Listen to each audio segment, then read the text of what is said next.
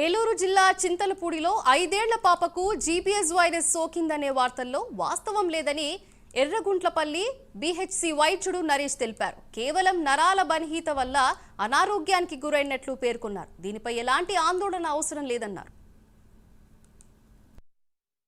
Naresh from PHC Erraguntapalli అండి.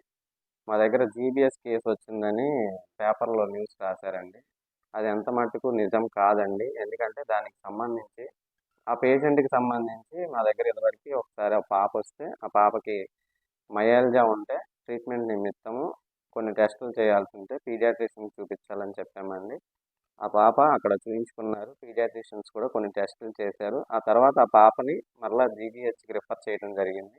అక్కడ ఇంకా టెస్టులు జరుగుతున్నాయి. పూర్తి కన్ఫర్మేషన్ అయితే ఏమీ కాలేదు.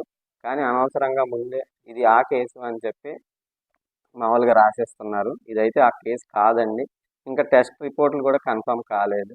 ఇది జస్ట్ మామూలుగా ఒకవేళ మీరు అనుకున్నట్టు అది ఆ కేసు అని అనుకుంటున్నారేమో, కానీ అదైతే కానే కాదు. ఈ జీబీఎస్ అనేది అది జస్ట్ ఆటో ఇమ్యూన్ డిసార్డర్ అండి. దానివల్ల జస్ట్ మజిల్ వీక్నెస్ ఇలాంటివి ఉంటాయండి. అది జస్ట్ మెదడు మీద.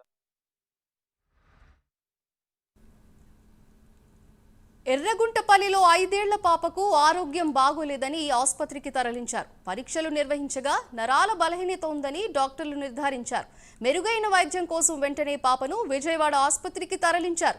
అక్కడ చేసిన పరీక్షల్లో పాపకు నరాల బలహీనత మాత్రమే ఉందని వైద్యులు తేల్చారు.